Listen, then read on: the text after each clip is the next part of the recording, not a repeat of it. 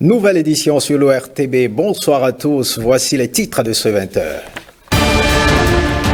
Nouvelle édition, revalorisation des salaires des travailleurs au Bénin. Gouvernement et responsables syndicaux sont accordés sur les modalités de sa mise en œuvre. La hausse du SMIC à 52 000 francs CFA réjouit plus d'un. À suivre les réactions des Béninois et l'édito de la rédaction. Échange entre le ministre du Numérique et de la Digitalisation et les associations des professionnels des médias du Bénin et le président du Conseil national du patronat de l'audiovisuel. Au cœur des débats, le dynamisme dans le rang des professionnels des médias. L'opération d'enrôlement de la population se poursuit à Parakou dans la perspective de la réalisation du RAVIP. La prorogation du délai de cette opération est saluée par les Béninois dans cette ville du Septentrion.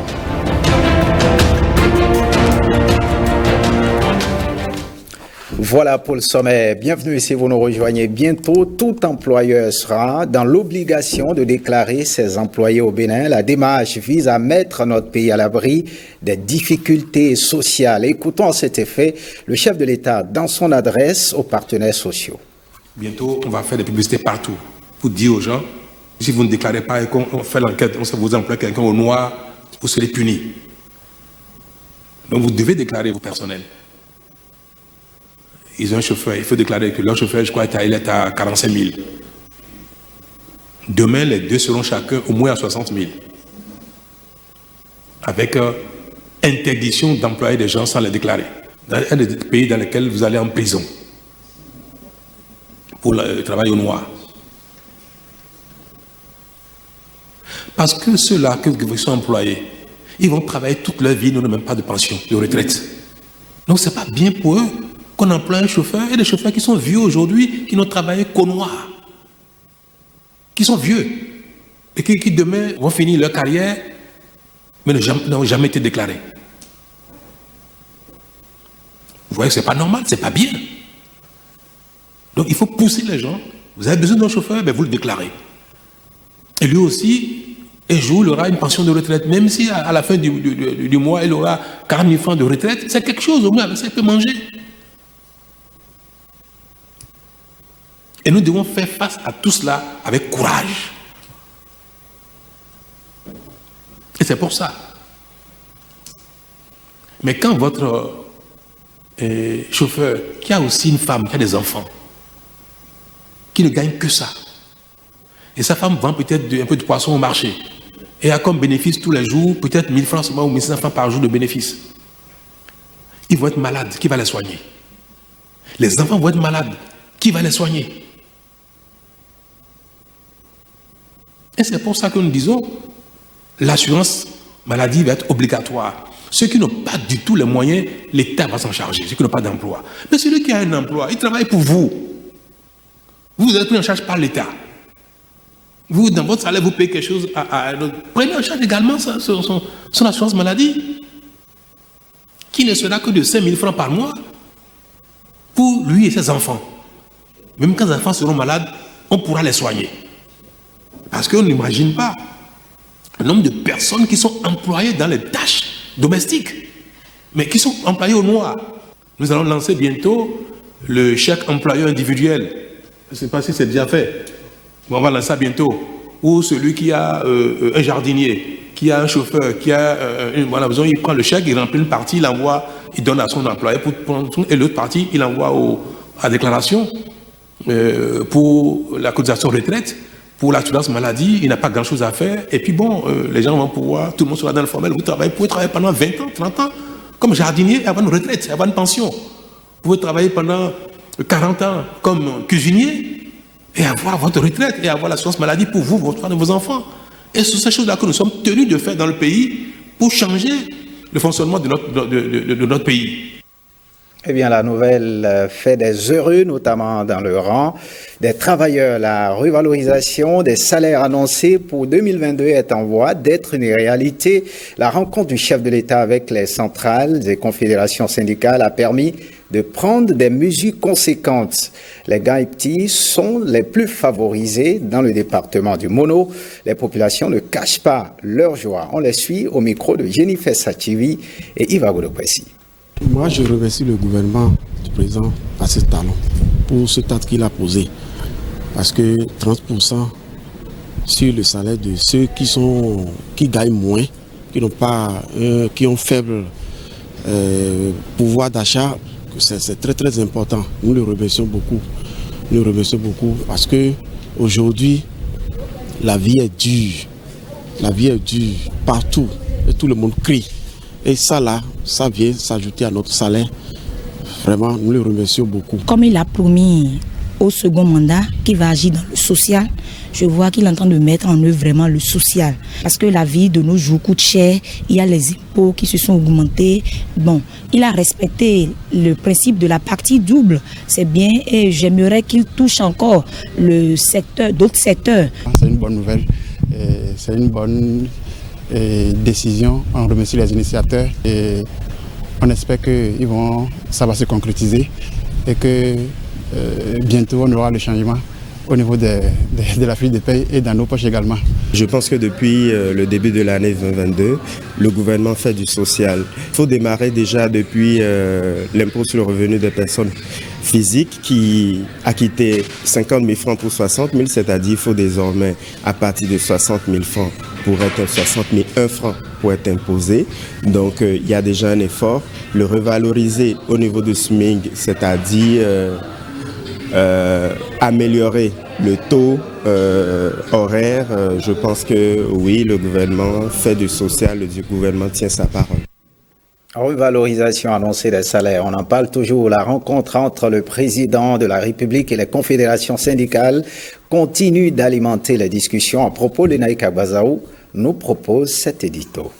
Une promesse faite, malgré les chocs exogènes et les conséquences de la Covid-19, dans un contexte marqué par une inflation accrue et la cherté mondiale de la vie, Patrice Talon s'engage à revoir à la hausse les salaires des travailleurs béninois.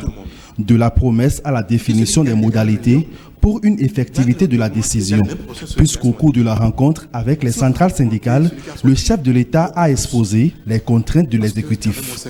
Il faudra surtout privilégier les gains petits tout en consacrant aussi une manne financière pour contenter les jeunes béninois en proie au chômage, assurer de vieux jours décents aux retraités, satisfaire les besoins de l'administration publique et ceux de plus en plus croissants des autres couches de la population. En somme, le père de la nation ne reste insensible à aucune difficulté du peuple. Faire grimper les salaires par les temps qui courent est bien osé et salvateur à la fois. Alors qu'au marché, les prix flambent, malgré les mesures de soutien de l'exécutif, les travailleurs vont bientôt pouvoir arborer un sourire de satisfaction au regard du réajustement du contenu de leur bourse. Une expression de la dimension sociale du président de la République, toujours à l'écoute de ses concitoyens. L'autre assurance du moment est le relèvement annoncé du SMIC qui passe de 40 000 à 52 000 francs CFA avec l'instauration de l'assurance maladie. Toutes choses rendues possibles grâce à une gouvernance économique qui reçoit des lauriers au quotidien à l'international et aux pertinentes et audacieuses réformes qui portent éloquemment leurs fruits. L'économie béninoise fait montre d'une résilience rarissime et historique. Si Patrice Talon se fait l'avocat défenseur des travailleurs qui gagnent de bas salaires, c'est qu'il mesure l'ampleur de la situation qui prévaut actuellement dans tous les pays du monde. Le hautement social, nous y sommes. Voyons à présent en image donc cette séance d'échange entre les associations des professionnels des médias du Bénin et le ministre de tutelle, la présidente de l'Union des professionnels des médias du Bénin et le président du Conseil national du patronat de l'audiovisuel ont tenu à échanger avec Aurélie Adamsou-Les-Oumarou pour un meilleur dynamisme dans le rang des professionnels des médias au Bénin. Après leurs échanges, les deux hôtes ont fait le point de leur conclave avec la ministre. Et puis on suit à présent le point de cette rencontre dans cet extrait de Zakiat Latonji, président de l'Union des professionnels des médias du Bénin. Vous savez que nos associations professionnelles de médias traversent des moments très difficiles et les associations professionnelles elles-mêmes ont pris leurs responsabilités en travaillant à la mise en place d'un certain nombre de réformes. Face à la mise en œuvre de ces réformes-là, c'était important pour nous d'échanger avec notre ministre de tutelle Les échanges ont tourné autour de la question de l'opérationnalisation du Fonds d'appui au développement des médias, le FADEM, du bon fonctionnement de nos associations professionnelles et surtout de ce qu'il faut faire pour permettre à nos associations aujourd'hui de bien jouer leur rôle auprès des employés des entreprises de presse. Ce qu'on retient spécifiquement, c'est que nous avons donné le signal d'une volonté de redynamiser les choses au niveau des associations professionnelles, ce que Madame la ministre a salué, et elle nous a fait part également de toute sa disponibilité à nous accompagner dans le sens de réformes constructives qui apporteront vraiment un meilleur avenir pour le secteur des médias au Bénin. Autre actualité ce soir, après une première prorogation du processus d'enrôlement au RAVIP et à la LEI, l'Agence nationale d'identification des personnes ANIP a de nouveau prorogé l'opération jusqu'au 26 mai prochain. Une décision fortement appréciée des populations. Elle permettra aux retardataires de se mettre à jour. À Parakou, l'opération se poursuit même si la mobilisation reste encore faible. Donc Castito et Franck Kassouim et Olviga Mensan pour le constat, regardez. Encore 5 semaines environ et ce sera peut-être définitivement fini pour le processus d'enrôlement à la liste électorale informatisée. Cette seconde prorogation accordée par l'ANIP vient à point nommé pour permettre aux retardataires de se mettre à jour. Une initiative saluée des populations qui continuent de se faire enrôler. Nous sommes très contents de ce que de la date de prolongement parce que ça va nous permettre vraiment de nous enrôler, de pouvoir vraiment remplir notre devoir de citoyen béninois, d'être enrôlé, de pouvoir voter aussi. Maintenant, non, on est content parce que quand tu viens le matin dans ton nom, on te fait en même temps, tu pars. Tu vois, là, tout le monde est content maintenant.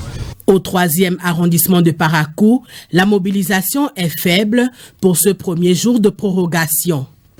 Et comme le dit l'autre, l'homme est un peu complexe. Vous avez vu, on a prolongé aujourd'hui, vous êtes là. Il n'y a pas du monde. Ils vont attendre encore le dernier jour ou bien la dernière semaine pour venir encore. C'est pour cela que je vais profiter pour lancer un appel auprès de la population du 3e arrondissement de venir rapidement, de ne pas attendre les derniers jours pour venir se faire enrôler. Le principe est clair, ne laissez personne en rade. Les populations sont donc invitées à sortir massivement, accomplir leurs devoirs citoyens, car sans le RAVIP, pas de carte d'électeur et donc pas de vote. Voilà, le président du Conseil économique et social a reçu en audience le créateur de la marque Lolo Andoche. Avec lui, il a été question de la promotion de nos tissus fabriqués sur place et à base du coton béninois et à l'annonce d'un festival sur le sujet. Également au cabinet du président du Conseil économique et social, la présidente de l'Institut national de la femme, Claudine Afiavi-Prudencio. Avec elle, il a été surtout question de la promotion de la femme et de l'implication de la gente féminine dans les sphères de prise de décision. Nous les suivons au micro de Gilles Dansou et Daniel Ada. Le Conseil économique et social donne son avis sur les lois, les décrets et autres dans notre pays. Donc l'Institut national de la femme doit travailler en bonne intelligence avec le Conseil économique et social. C'est la raison de ma présence ici, parce que aujourd'hui, nous sommes quand même 54% de femmes et de filles en République du Bénin. Pour arriver à un développement total d'un pays, il faut mettre ensemble les fruits des femmes et des hommes du pays. Maintenant, laisser en rade l'effort des 54% de femmes en République du Bénin n'est pas du tout aisé. Donc, il faut intégrer les femmes dans tous les secteurs en République du Bénin. Donc, je suis venue faire cet échange avec le président du Conseil économique et social qui m'a donné énormément de conseils aussi que nous allons mettre en application à l'Institut national de la femme. Nous allons parler avec le président des différents types de tissus que nous utilisons aujourd'hui et qui sont la plupart des tissus 100% made in Bénin. Nous avons profité pour parler avec le président du festival que nous avons organisé qui aura lieu en octobre prochain, qui s'appelle le FIPAT, le Festival international du pagne tissé, qui est un festival mondial qui regroupe tous les artisans du monde entier dans le secteur mode, habillement et textile. Et on marque un arrêt à la mairie de Parakou. Cérémonie de passation de charge entre le maire Inoussa Chabizime et Hyacinthe Elegbede, secrétaire exécutif de la mairie de Parakou. C'était à la faveur d'une cérémonie présidée par le préfet du Borgou, Djibril Mamassissé. Suivez les temps forts avec Judika Elayena et Dorcastito. Il occupe désormais la plus haute fonction administrative et technique de la municipalité de Parakou. Hyacinthe Elegbede est le nouvel ordonnateur du budget communal en sa qualité de secrétaire exécutif. En effet, les fonctions administratives et techniques du maire sont désormais les vôtres. Et c'est à ce titre que vous êtes garant de la gestion des ressources humaines, matérielles et financières de la commune. Je m'évertuerai les jours à venir à faire un état des lieux de notre administration communale, à passer en revue les difficultés qui ont jalonné la mise en œuvre du budget gestion 2021, ainsi que les défis et perspectives au titre de la gestion en cours. La gestion des ressources humaines, matérielles et financières de la mairie de Parakou est désormais sous la tutelle du secrétaire exécutif.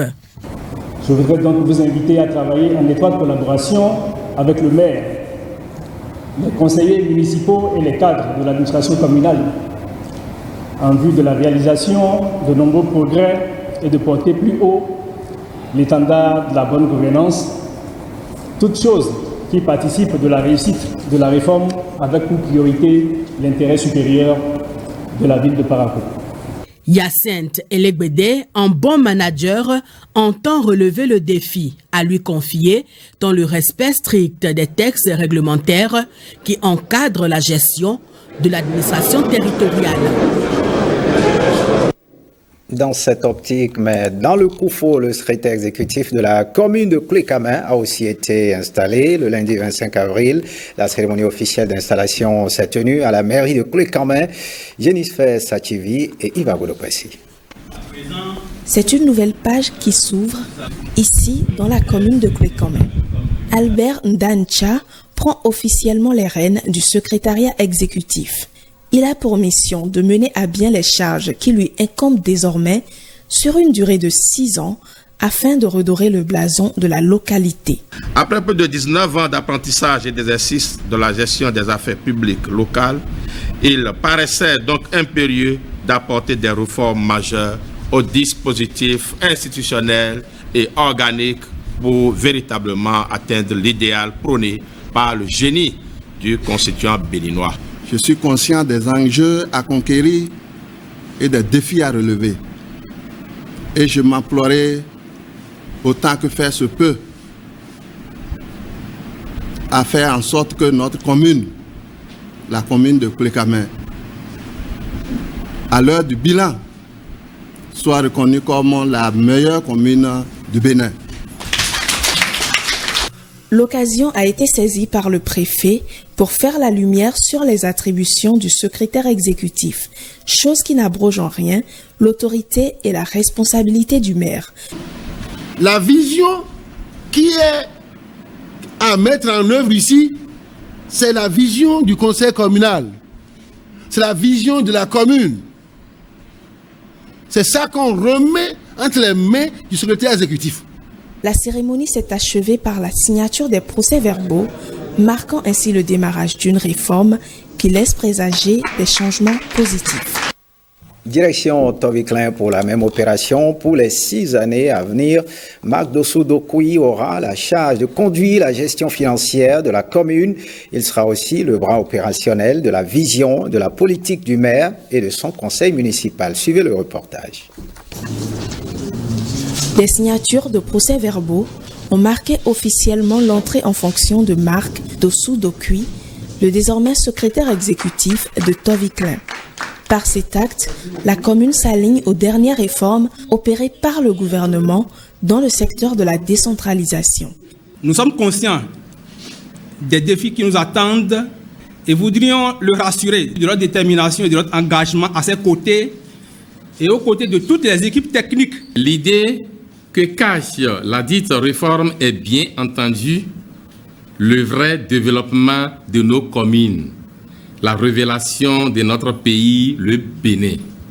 Le défi majeur après cette installation est la démarcation de la commune de Toviklen à travers un développement efficient.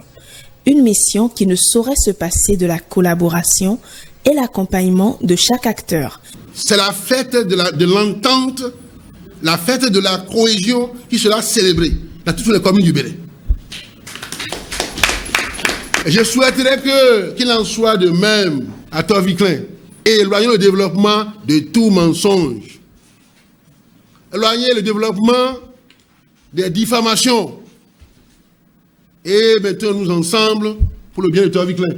À l'issue de la cérémonie officielle, une séance d'édification a permis aux agents présents de prendre connaissance et mieux s'imprégner de la nouvelle loi relative à l'administration territoriale. Voyons à présent cet appui. La Fondation des savanes ouest-africaines accorde une subvention d'appui aux réserves de biosphère Pandjari et W Bénin dans le cadre des agressions subies par les Rangers en janvier et en février dernier. L'ancien président du conseil d'administration de la FSOA a passé symboliquement le flambeau à son successeur.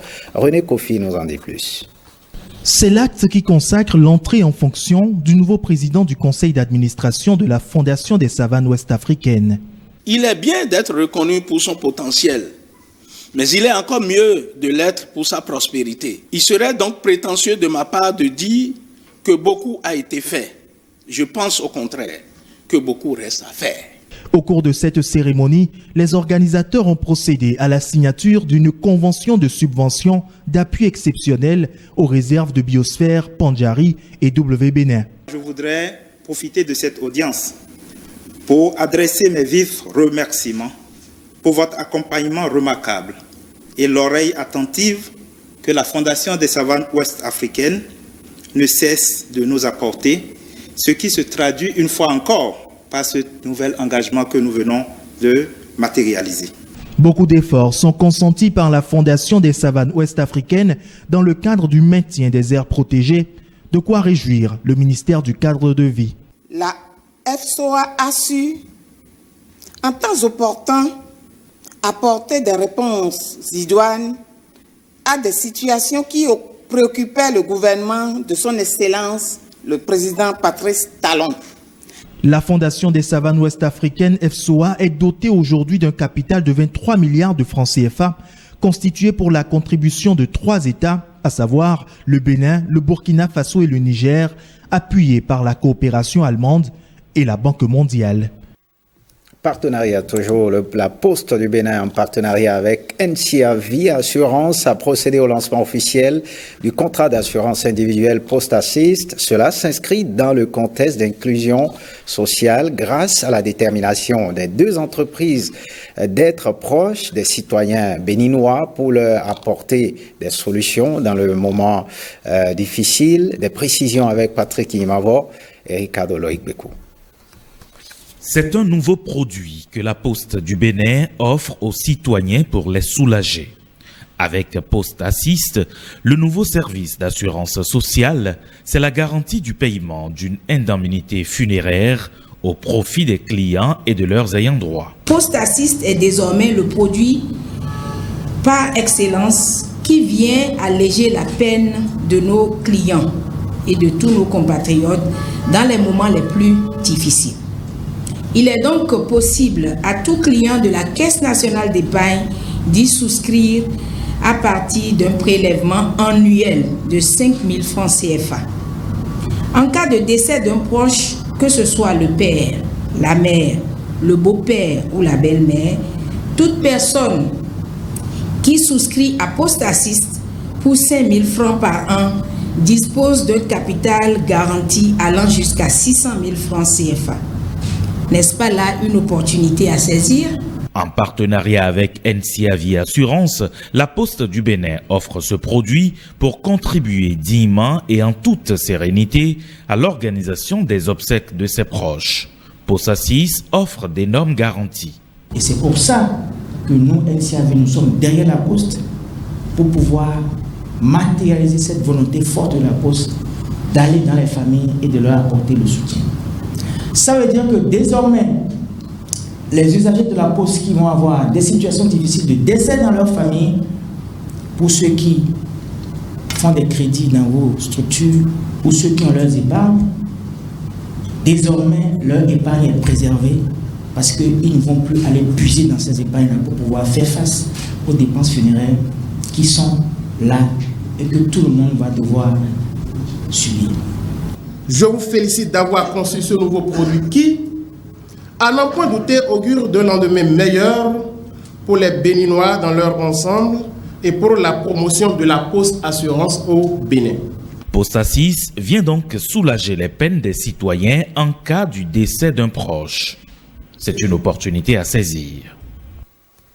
Un autre partenariat vieux de 20 ans et qui fait de la promotion de l'excellence dans les universités et collèges du Bénin son credo. Il s'agit bien de la Fondation Vallée et le CAEB, entendez, Conseil des activités éducatives du Bénin. Plus de 350 élèves et étudiants méritants ont reçu des enveloppes financières des mains du président de cette fondation. C'était ce mardi au siège du CAEB à Porto Novo. Firmin Bassao et Brice Sombois pour le point.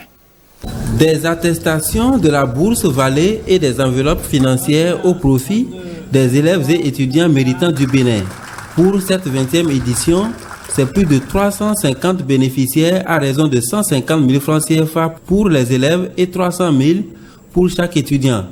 Une contribution de la Fondation Vallée de France à la promotion de l'excellence dans le système éducatif, ceci en partenariat avec le CAEB. Nous avons connu un homme qui, en 2003, ici même, en cette place, nous disait que le programme Bourse était parti pour longtemps.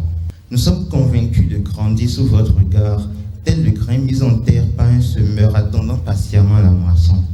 Chaque année, c'est plus de 1000 bourses distribuées, 1 million de lecteurs dans les bibliothèques et plus de 2 200 000 visiteurs. La Fondation Vallée, la plus importante initiative privée au monde en matière de bourses d'excellence, est également dotée d'un important laboratoire de langue d'Afrique francophone et pour bientôt un vaste programme d'intelligence artificielle.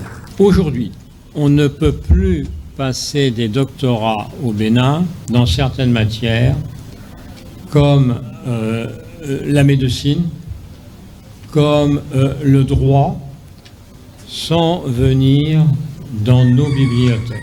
Cette bourse n'est qu'un complément aux efforts des parents et la Fondation Vallée n'exige de vous que de bons résultats tout au long de votre cursus scolaire et universitaire.